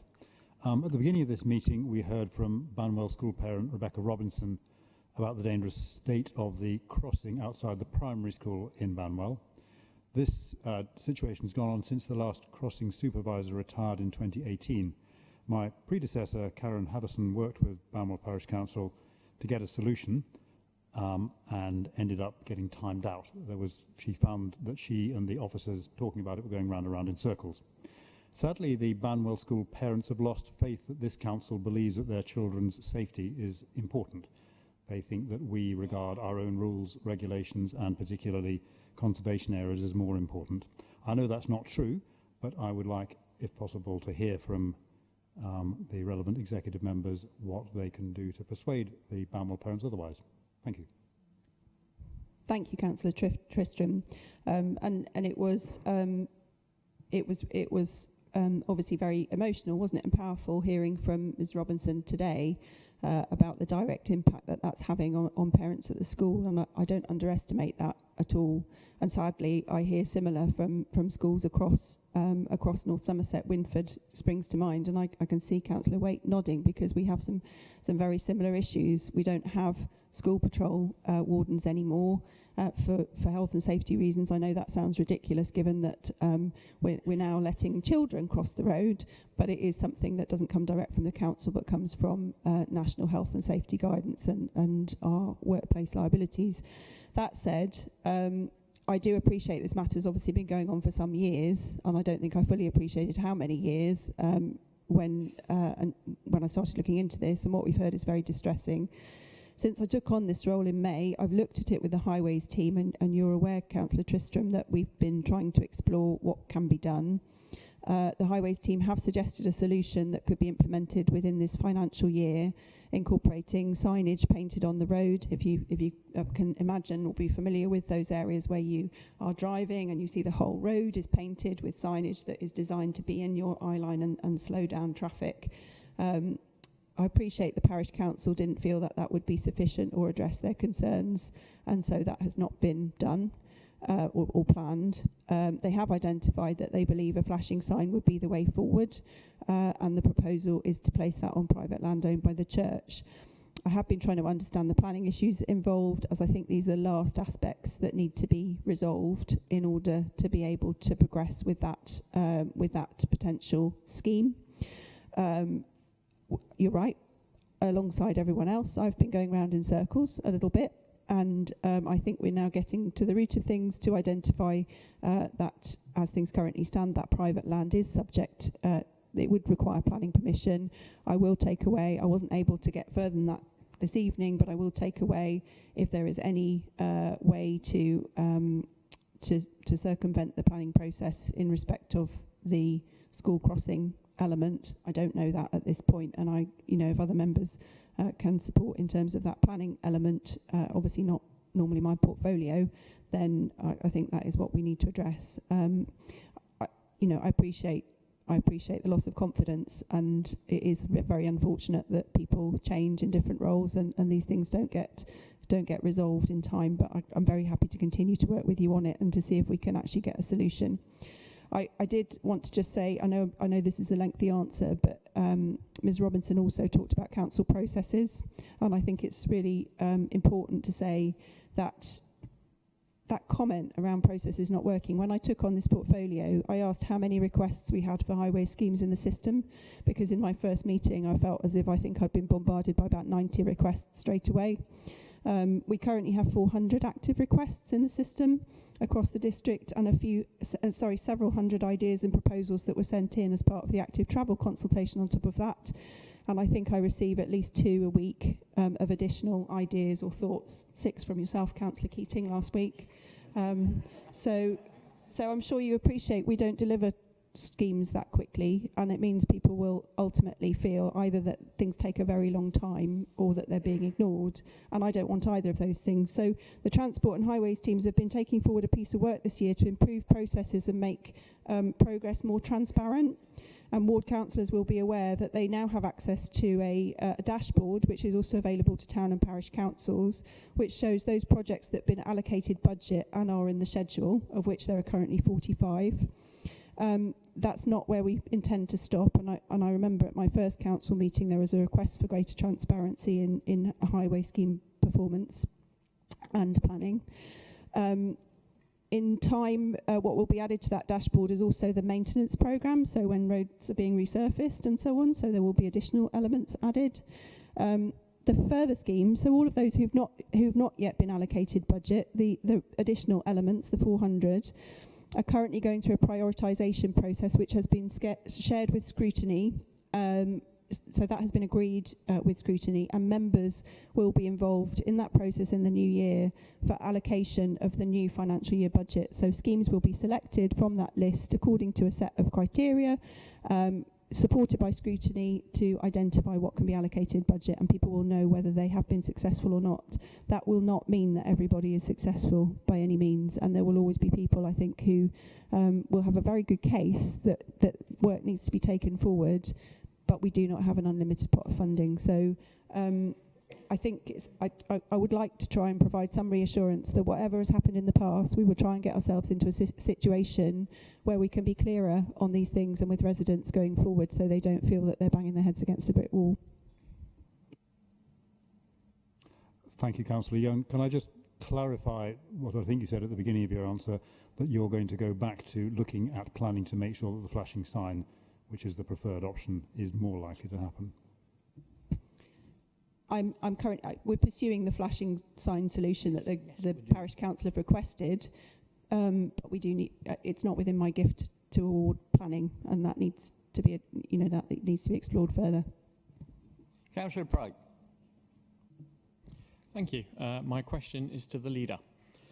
For the last 6 months, I've tried to get either an officer, a director, or the appropriate executive member to work with myself and my local residents to get some urgent repairs to the avenue in Clevedon. At the very least, just someone from the highways team to just come down and have a look at the state of things, because it's really needed some TLC due to some major potholes. Will the leader please take up my issue with the highways team or the executive member, inform me when a member of the team has visited and what the outcome of that visit was? Yes. Councillor Ellis. Thank you, Chair. Questions for the leader, and it's regarding the Backwell Lights A370 bus lane. Information for all the other councillors in the room. Probably want to listen to this because this will affect most wards in the area, but it's not been advertised to many people. The Backwell Lights, there's 2 lanes, one going straight on, one turning right. The proposal is to turn the left-hand lane into a bus lane, forcing all cars to turn right or going straight into one lane. This will stop buses getting to the lane due to the tailbacks, cars idling because they can't go straight ahead, cars turning right, increasing greater pollution, adding to journey times and generally aggravating most people. The leader said to us we need to look at it to increase capacity. Every assessment we've seen so far is over capacity. Well, taking a lane out won't increase capacity. The situation at present is that councillors, local councillors in the meeting universally rejected the idea, but it's still going to consultation anyway. The councillor asked if the plans were going to be changed via email and they got no answer. He promised this council will consult. The consultation, I've been told, is open to everybody, but only people in Backwell will be informed of it. Whereas the points raised where it's going to massively affect people. Are we getting to a question? The question's coming right now. 1, who is setting the policy for the council? Is it the officers or the councillors? And 2, will he guarantee that Nailsea will get the same drop in session as Backwell were getting, but in Nailsea? Thank you for the question. So I am aware that there's been lots of correspondence from local members in Backwell and Nailsea and surrounding areas on this scheme, and I know that officers have been working extremely hard with the exec member, Councillor Young, to address some of the concerns and feedback and make sure that we're doing everything that we possibly can within the capacity in that team to deliver good, regular engagement sessions. I know particularly that there was a recent engagement session for local members where only one local member, Councillor Petty, actually turned up to the engagement session. So what I would encourage all ward members and neighbouring members who've got an interest in this scheme, it would be really helpful if you did turn up to the things that are organised rather than asking for other things to be organised. However, on his 2 questions, specific points, the first one, who sets the policy? The council sets the policy. This council has set a policy to support the bus service improvement plan, to bid for the funding and to implement it. This council has set a policy in terms of its strategy for active travel, and that is what is being implemented by officers. The second question is, how do we go about making sure that engagement is as effective as possible, and can we have that in Nailsea? Well, what I will absolutely commit to is that when we have bus service improvement plan schemes in Nailsea, we will have engagement events in Nailsea. I think it's entirely appropriate that if we have a scheme in Backwell, we are having a public-facing event in Backwell. But it's absolutely not excluding people from anywhere else, and anybody who has an interest in that scheme is free to come. I know that you've raised this question on email, and you've been told that anybody can come to it, and it is not closed. I mean, I don't even know how you would do it. It's not only closed to people in Backwell. So, you know, please just read the answers you're given and don't just come here spouting nonsense. I'm sorry, I think you must have misread the email. The email clearly states it will only be advertised to people in Backwell. It's open to everybody, but will not be advertised to everybody. And it massively affects the people of Nailsea. And perhaps you should try reading it. I did, that's why I'm asking the question. What it says is no arguments, please. There are letter drops going to residents in the area in the vicinity of this scheme, which is of course appropriate. But the event has absolutely been advertised. It's going out in the media. It's gone on our website. It will go in our other channels, and anybody who is interested in the scheme, wherever they live, is free to attend. So it is absolutely not exclusive to people in Backwell. Quite apart from anything else, members in Nailsea, including yourself, have been invited to that meeting. So if it's only for people in Backwell, I presume you aren't going to be coming. So why was nobody in Elsey invited when it's going to affect people in Elsey turning right at those lights? No more. Councillor Applin. Councillor Applin. No, it's not. That's the council's. Okay, thank you. My question is to Councillor Hannah Young as well. So in August, Fernley the cat, who's a bit of a local celebrity in Woe, he was always sneaking down the Manor pub for attention from customers. He was hit by a car on the Queensway and sadly killed. Fernley's owner, Tarina, decided to honour Fernley by forming the Queensway Speed Action Group with the aim of ending the many cases of speeding on the Queensway. Over the past few years, more and more cars have been speeding down the Queensway, especially at night. In September, I contacted... Are we getting a question? Yeah, there's a question coming. In September, I contacted one of the council's senior engineers to ask for help. Myself and the Queensway Speed Action Group felt it was time to look at traffic calming measures before more accidents happened. I was told that accident stats along the road wouldn't meet the council's intervention levels. In October, we had two pretty serious accidents on the Queensway. Both of them made local news. The first was a tractor overturning onto a crossing, which was on a pavement, of course. And Is the question coming? Yep, question's coming. And the second was a 4-vehicle accident which resulted in at least one person being taken to hospital. Can I ask Executive Member whether she'd be willing to meet with members of the Queensway Speed Action Group and myself to discuss possible solutions for someone else's hurt on this road? Thank you. Yes, of course I will. I wasn't aware of the request or the issue, but I'd be very happy to come and meet you. That's great. Thank you very much, Councillor. And finally, Councillor Petty. Thank you. I'm aware that we've obviously had some conversation about the proposal of Backwell having some bus improvements. So my question is to Councillor Hannah Young. Please may I seek reassurance that the engagement process is genuinely seeking opinions from the community of Backwell and around. Can you confirm that the final design and project has not been committed to and give residents, given that residents have seen that a contract has been granted, so there is some confusion from residents. Can I ask that local councillors continue to be consulted and will have the opportunity to review the comments from the community, and also that a full safety audit would take place to review potential impacts on other junctions in the village before anything takes place in our village? Thank you. Thank you, Councillor Petty. I mean, yes, I am happy to confirm and provide reassurance that the final design and project has not been committed to. It is a complicated process that we have to award a design and build contract. The nature of that contract is that in order to get the resources to be able to look at what the residents are responding to from the initial concept designs, to work those up, to do the modelling, to understand the traffic flows more fully, we need the resource from the contract to be able to do that piece of work, which is why we signed the first bit. The nature of those contracts, NEC contracts, is that you sign up to, you're absolutely committed to the first bit, which is that design work. There is a top level which includes the potential build if it goes ahead, but you're not committed to move forward to the build if at the end of the design work you say, no, we're not going to go ahead with this. What it means is if you do move to a build, you can't suddenly go to a different contractor and say, oh, we've decided to do it over there now. So that's why we've had to contract the design and build contract. And I appreciate that looks as if we are preempting the outcome of the consultation. It is a genuine consultation and engagement process. And I am not joking when I said to people in the press release, I would love to see as many people as possible coming to that drop-in and to, I know it's going to be busy, I know it is, I know. I also want to take the opportunity to correct some of the misinformation that's been provided to the meeting this evening. I think I appreciate this scheme, this proposed concept is currently very contentious, and that's why we want to hear from people. We want to understand the potential impact to come to a proper decision about whether it's the right thing to do. That's the purpose of engaging. But what's been heard tonight is that we're going to take a lane away, have a bus lane, and that will increase congestion at the Backwell junction.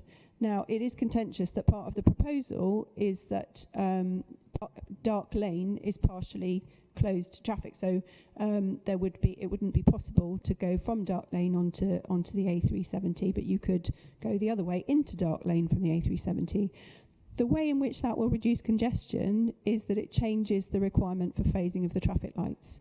So while you currently have to wait so long for all of those lights to change, the congestion will be eased along the A370. That's the modelling and the concept, which means that it will be faster for motorists than it currently is. And that means that when the bus priority is also put in, it doesn't mean that people who say, oh, well, with a bus lane, it will be slower, there'll be more congestion and it won't work.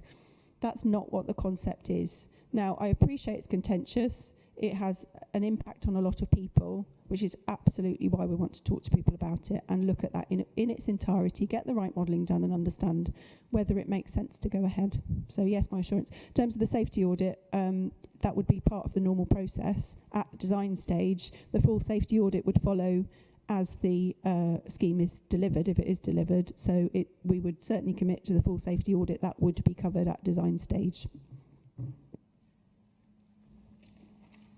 Thank you. Right, no matters referred from previous meeting. Chairman's announcements. Now, as you know, the chairman is currently, her husband's waiting for open heart surgery, which is why she's not here tonight. But she did ask me to, a couple of points. She hosted the carnival reception on Friday night at the Winter Gardens, where we had a very nice hot meal and a dessert.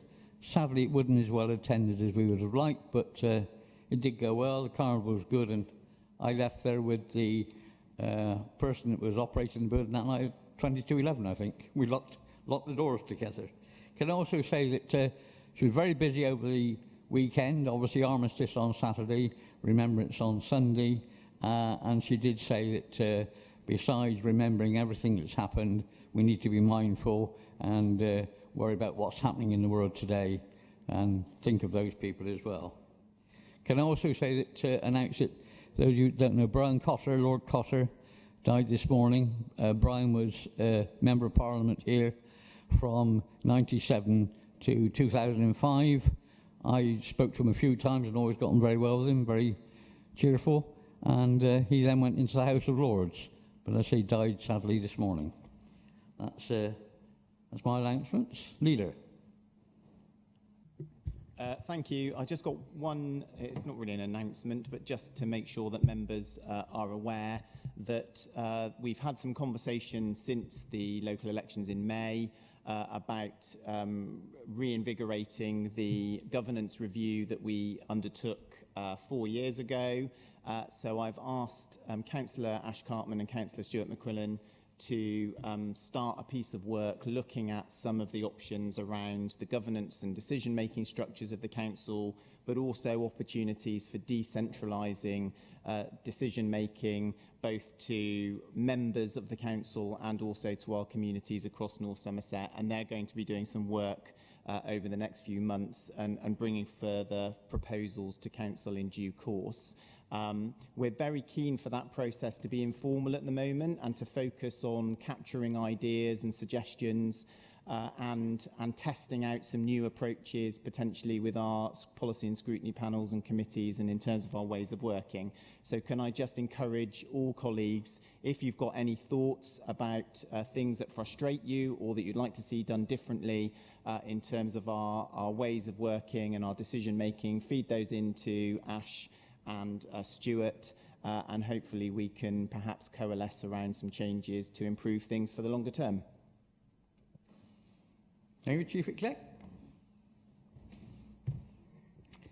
I just wanted to thank Carolyn Fair, who is our Interim Director of Children's Social Care, because she will be leaving early January after a handover to Claire Shields, who is our new Permanent Director of Children's Social Care, who was appointed by the Employment Committee recently.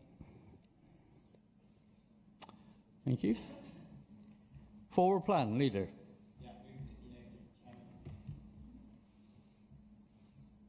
Okay. All in favour? Thank you. Nothing for policy and scrutiny. No reports on 17. Reports from policy and no, none. Right. Takes us to licensing committee.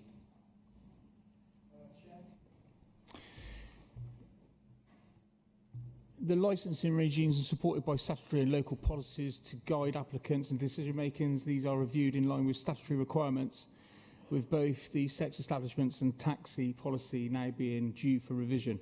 The licensing committee considered the draft revisions in March, and there was then a public consultation process. The submissions being considered at the recent licensing committee in October.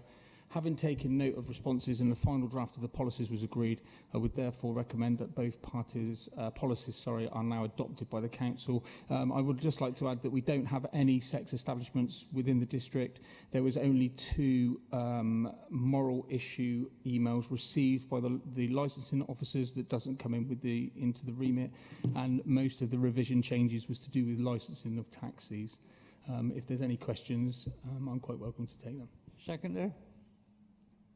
Right. Yes. Oh, seconded. Okay. Any comments, questions now? All in favour? Thank you very much. Right, report of joint arrangements for external organisations. Avon Fire Authority. Sorry, Chair, I'm just going to leave the room now.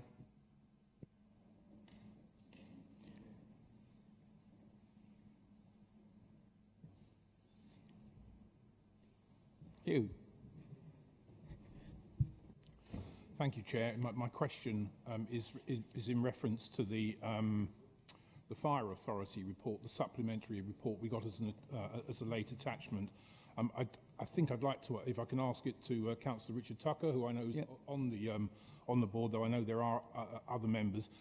The board seems to be under pressure to make a couple of £1 million savings. That's the basis of the report. Because they're worried that the budget settlement stroke precept cap will not fully meet inflationary pressures. A large part of the savings that they're looking to make come from, according to the report, are coming from 40 full-time posts being deleted, 40 whole-time posts. Now, in particular, these posts, I mean, these posts are not coming from senior officers and pen pushers skulking around filing cabinets in head office. These are 40 frontline posts, firefighters working on fire stations and working on fire appliances. In particular, and this is my particular concern, they're looking at changing standing orders to reduce the minimum riding for a water tender ladder to 4 rather than the existing 5. Many colleagues will know on a pump you run with 4, on a pump ladder or water tender ladder you run with 5 for the obvious reason there's more work to do potentially on that fire appliance. And so it doesn't look like an efficiency saving to me, that part of it. It looks like a budget cut, a reduction in service standard and an increased risk potentially to our residents around North Somerset and indeed to the fire service personnel themselves. So my question to Councillor Richard Tucker is this now set in stone, or is there an opportunity for the Avon Fire Service Board to review this decision? And indeed, if the budget settlement is slightly better than they're currently anticipating, to actually reverse this decision, because there are meant to be 5 firefighters working on a water tender ladder, not 4. And it's in our safety interest that it stays at that level. Yes, thank you very much, Councillor Mallion. I know we discussed this in a bit of detail at our group meeting at the weekend, and you were pleased to learn that I was one of the 2 who voted and spoke against the proposal. So hopefully I'll stay in your good books on that side. As you say, quite a lot will depend on whether the Minister allows the authority to raise the maximum precept £5, which should bring in another £600,000 according to the budget projections. In terms of, obviously, retirement projections, whether they fit what's projected over the next 3 years, will obviously feed into the equation. At the moment, I believe the authority has given the Chief Exec or the Chief Fire Officer a sort of outline ability to implement those proposal. So in answer to your question, it will come back to the authority when we set the final budget, which will be sort of January, February time. And obviously that will be subject to a vote of the 20 authority members. Thank you. Thanks. I'm sorry there's no report for Avon and Somerset Police, but there's only been one meeting since our last meeting here, and that was in September. I was on holiday, and I agreed with Councillor Hogg, who was going to do a report. But subsequently, Councillor Hogg has left us. Nothing from WECA?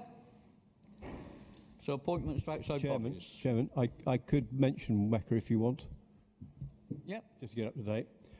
As you know, we weren't invited to the first meeting because we aren't in WECA.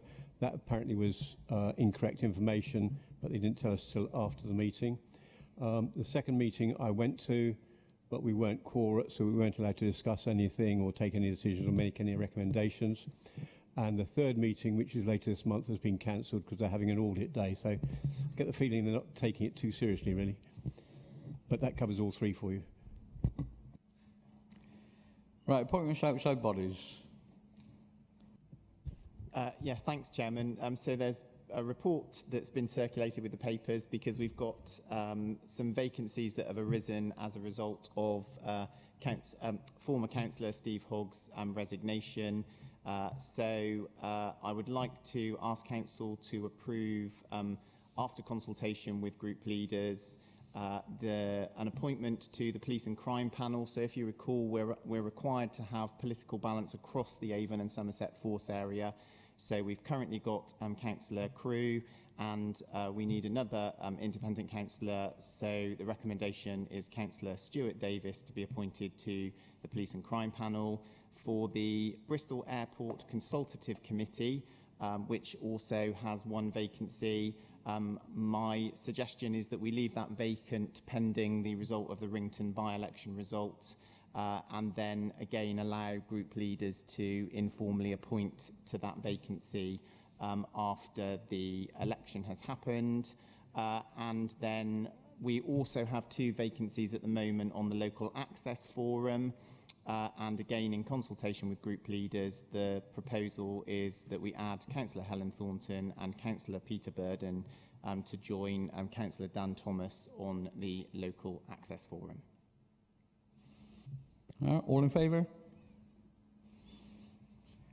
Thank you very much. Draft calendar.